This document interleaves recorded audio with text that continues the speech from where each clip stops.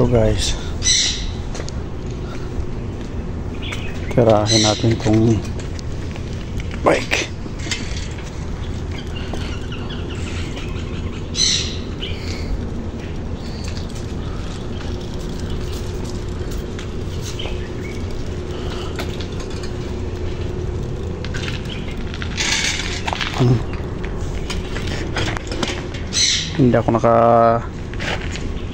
Hindi ako na-accident, nakasangit sa sasakyan ng driver ko guys, pero dito sa bike na to nasangit ako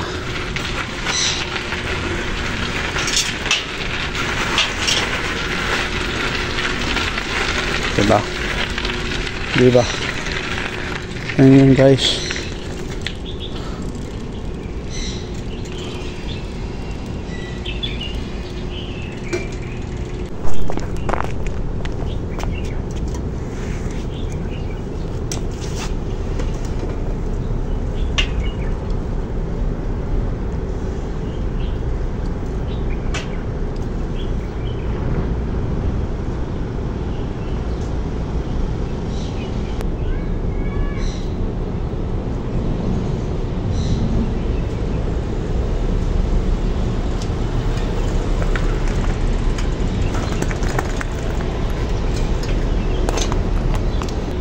Diba guys, ganun dito, mag bike ka,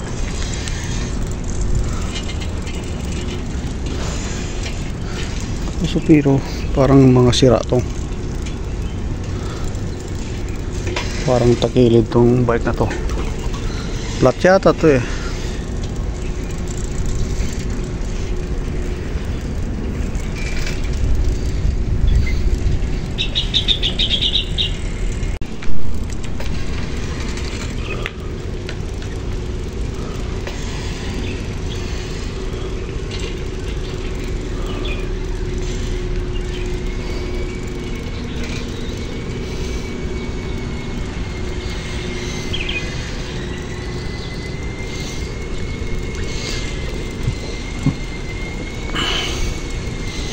Ito yung bahay nila sir.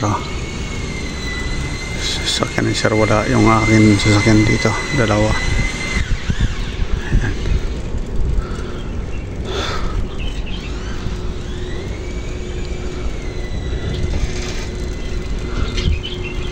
Ganda dito mag-exercise ng ganitong oras, diba?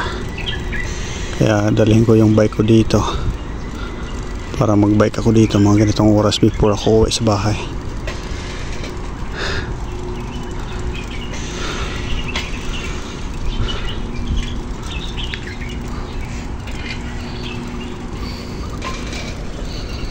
Magbe-brake siya, hindi naman ako mag-brake.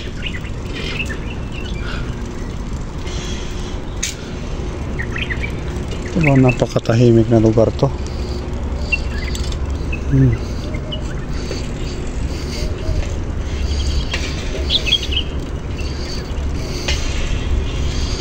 Nagbe-brake siya, parang nakatakilid ah.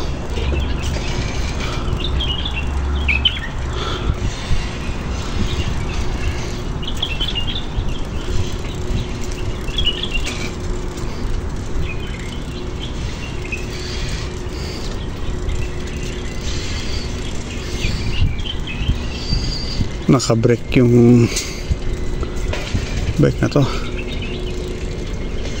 Napakatahimik guys, no? Pero pag umaga marami nag-exercise dito, tapos marami rin nag-exercise pag gabi, walking, jogging,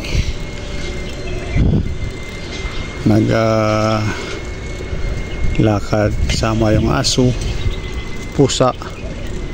Pero wala kang makita guys na may tayo ng pusa, kasi yung nag-walking na may aso, may dalang plastic yun. Pag magtayong alaga nila, kinukuha nila.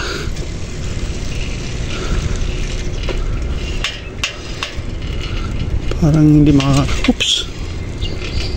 parang isang round na tayo guys. Ito yung mga bila. itong mga bahay dito guys. Grabe yung renta dito guys. Sa isang 1 year is 150,000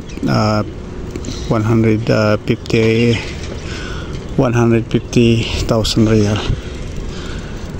Ayusin natin to.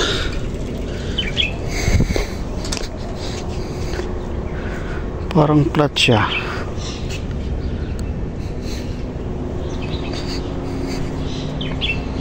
Hindi naman siya flat.